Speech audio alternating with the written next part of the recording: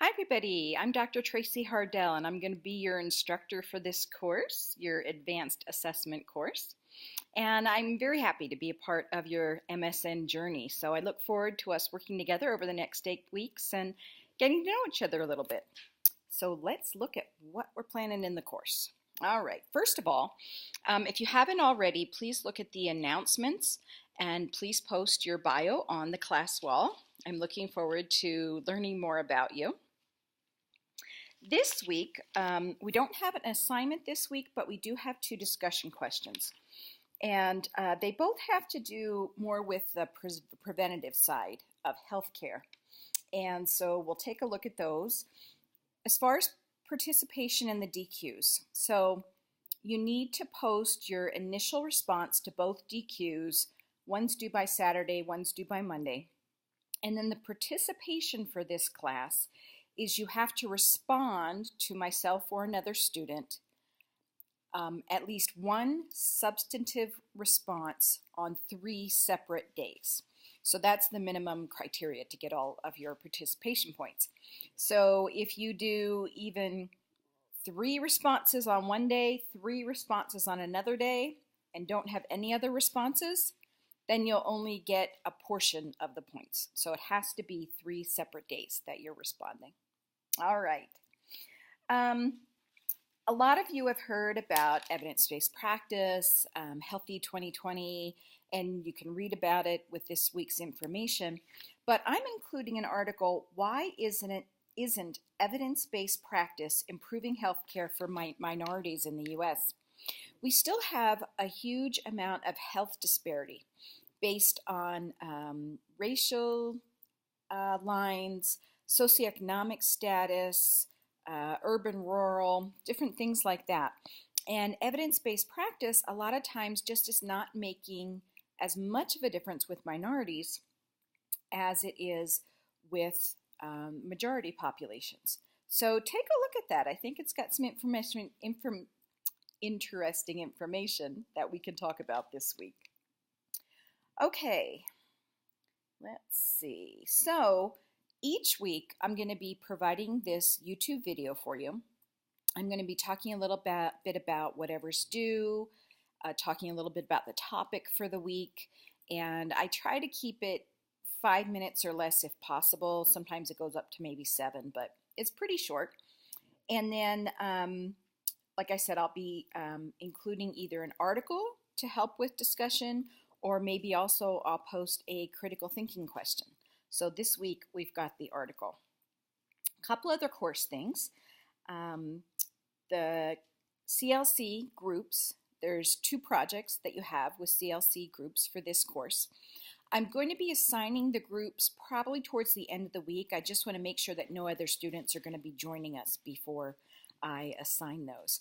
Right now, it looks like we've got 6 students, so I'll probably do 3 students apiece.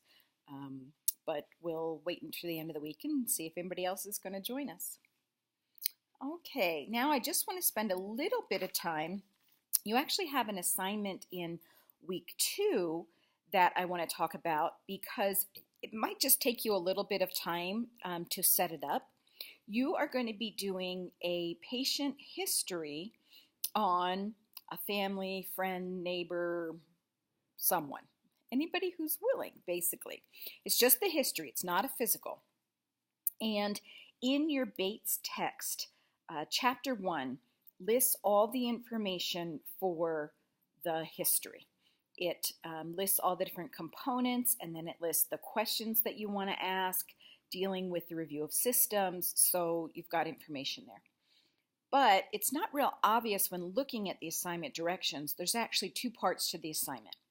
So there's the history piece, and that you can set up just like a regular history. You can list out body symptoms, chief complaint, past medical history, and format it like that. The second part, if you look down at the second part of the assignment, there's 2 questions that are asked, and that is the formal paper where you follow APA. You have to meet the word limit. And you have to include references. So there's actually 2 parts to the assignment. Now, Once you actually do these parts, you can upload them both to the week 2 assignment area, but upload one, upload the second, then hit submit. If you upload one and hit submit, it won't let you upload the second one. So just kind of an FYI on that. You guys are all in the master's program, and one of the outcomes that we want to have is people who can get their point across and communicate effectively in writing. So I will be looking at grammar and spelling and sentence structure, and be sure to look at the rubric for that assignment because it shows you how many points are assigned to each of those areas. So today I'm coming to you from my family room because it's really hot outside, and I've got my Vacation Bible School t-shirt on because tonight is the last night of Vacation Bible School at my church, and I have been trying to shepherd and corral a group of 5- and 6-year-old boys who are very active. So it's been fun, but I'm glad it's the last night tonight.